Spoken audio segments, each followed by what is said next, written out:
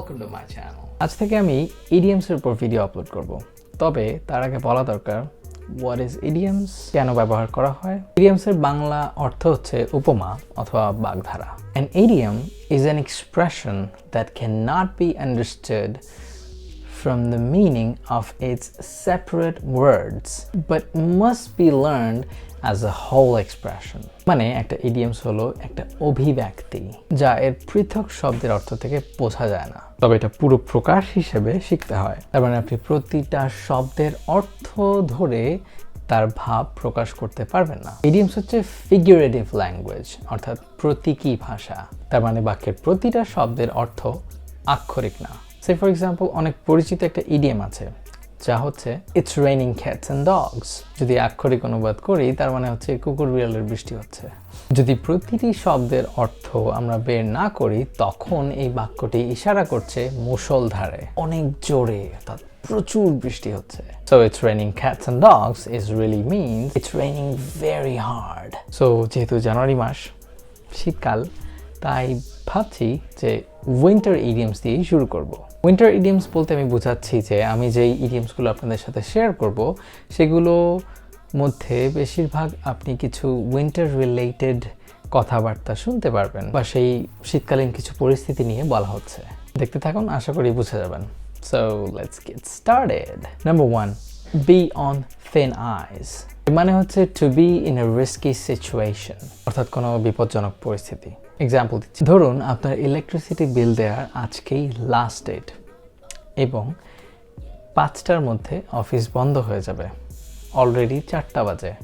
আপনি যদি এখন যে বিল না দিতে পারেন তখন আপনার ইলেকট্রিসিটি ওই সময় আপনি বলতে পারেন I don't have time to talk right now, I'm on a thin ice. I've been late 2 times this week. I'm on a thin ice with my boss.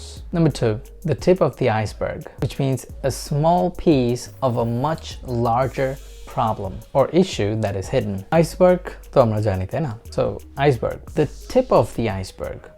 Iceberg সাধারণত এমন হয় যে সমুদ্রের মাঝখানে তার অল্প কিছু অংশ দেখা যায় যেটা সমুদ্রের উপরে, বাট বাকি অংশ বিরাট বড় একটা অংশ যেটা সমুদ্রের নিচে থাকে। Our company has so many problems. What I just told you about the last night was just the tip of the iceberg. Number 3, snowed under.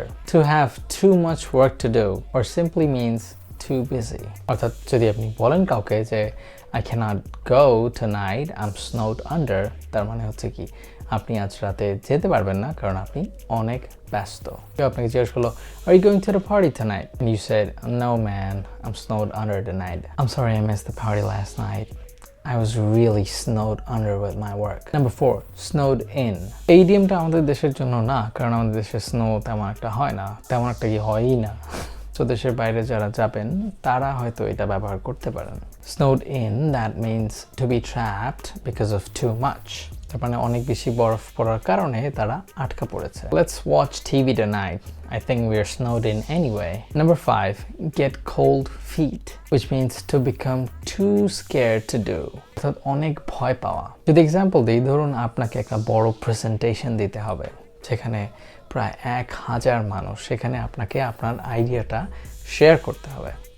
তখন ওই স্টেজে ওঠার আগ মুহূর্তে আপনি একদম totally nervous, you know? So that time you can use this one, that now I'm having cold feet. Number 6, to quit cold turkey, which means to stop a habit all at once. Not gradually, but all at once. তার মানে কোনো একটা অভ্যাস যেটা আপনি একদমই ছেড়ে দিয়েছেন, আস্তে আস্তে না, একদম instantly. From today, done. I'm quitting cold turkey. I'm not gonna smoke, man. I'm quitting cold turkey. I haven't had a drink for a week. I quit cold turkey. Number 7, leave someone out in the cold. That means to not involve someone into something. অর্থাৎ কাউকে কোনো কিছুতে involve না করা। ধরুন আপনারা কয়েকজন বন্ধু মিলে কিছু ডিসকাশন করছেন, এমন সময় আরেকজন বন্ধু আসলো যাকে আপনারা চান না যে সে ওই ডিসকাশনে ইনভলভ হোক। তখন আপনি বলতে পারেন hey, leave him out in the cold. তার মানে তাকে এখান থেকে দূরে রাখো, এই ব্যাপারটা তাকে জানিও না। Number 8, give someone the cold shoulder. To ignore someone or behave in unfriendly way.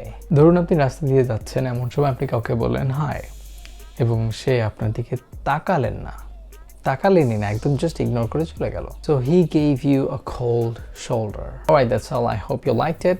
Thank you very much for watching, and I'll see you in the next one. Peace.